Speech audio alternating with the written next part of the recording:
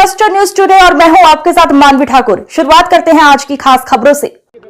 मध्य प्रदेश के नागरिकों से भी प्रार्थना करता हूं, सारे जिला निर्वाचन अधिकारियों से भी प्रार्थना करता हूं, जितने हमारे आरओ हैं विधानसभा का, जिनको काम दिया गया एसआईआर का, उनसे भी प्रार्थना करता हूं, और जो बीएलओ हैं जो बूथ पर एसआईआर की प्रक्रिया को पूर्ण कर रहे हैं, उनसे भी प्रार्थना करता हूं कि 11 लाख नाम 3 दिन में बढ़ना, 4 लाख से सीधे 11 लाख हो जाना फॉर्म 7 के अंतर्गत, इस बात के लिए साजिश के ओर मैसेज देती है जो भारतीय जनता पार्टी ने किया है।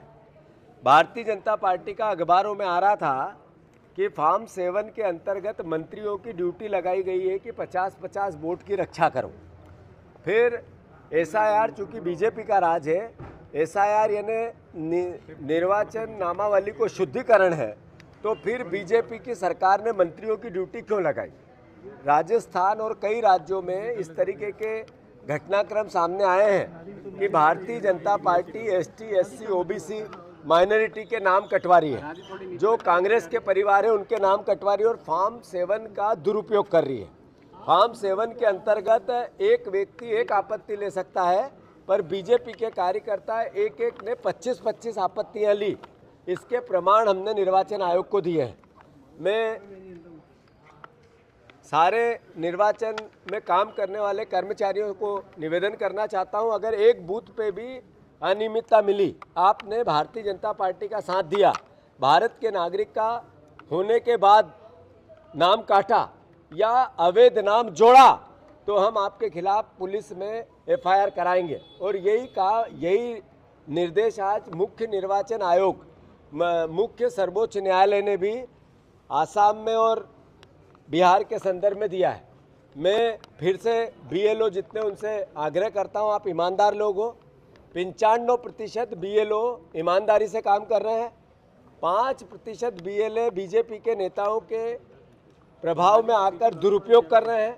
मैं आपकी पूरी सीआर बिगड़ जाएगी।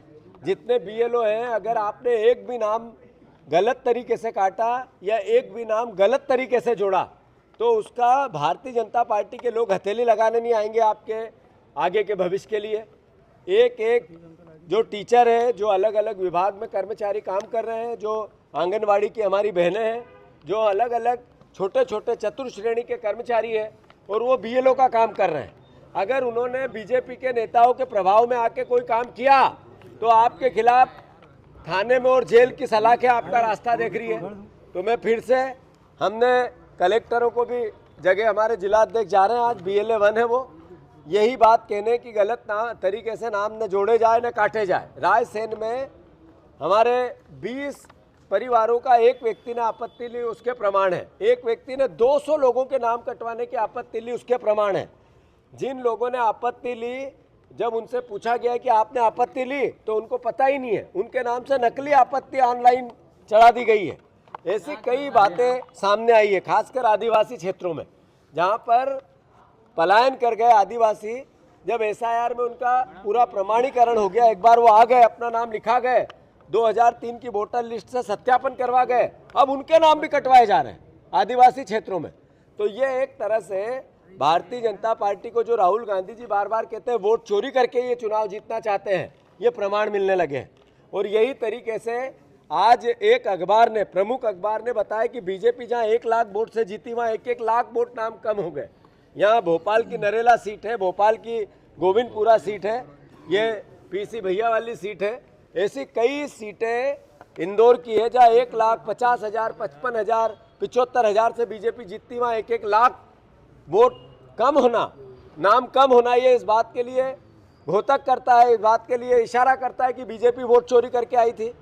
तो फिर से कोई कर्मचारी बेईमानी करता मिला, उसके खिलाफ कांग्रेस का कार्यकर्ता, उसके खिलाफ अंतोगत्वा उसको जेल भेज के ही रहेगा। बस इतना निवेदन है, कोई बेईमानी नहीं करे। और हमने मुख्य निर्वाचन आयोग को आज कह दिया है, जिला निर्वाचन आयोग को भी, पूरे हमारे जिला के नेता जा रहे हैं, आरोप से भी मिलने जा रहे हैं, और बूथवार BLA से भी हम ये प्रार्थना करेंगे, आपके माध्यम से भी, मीडिया के माध्यम से भी प्रदेशवासियों को हम कहना चाहते हैं।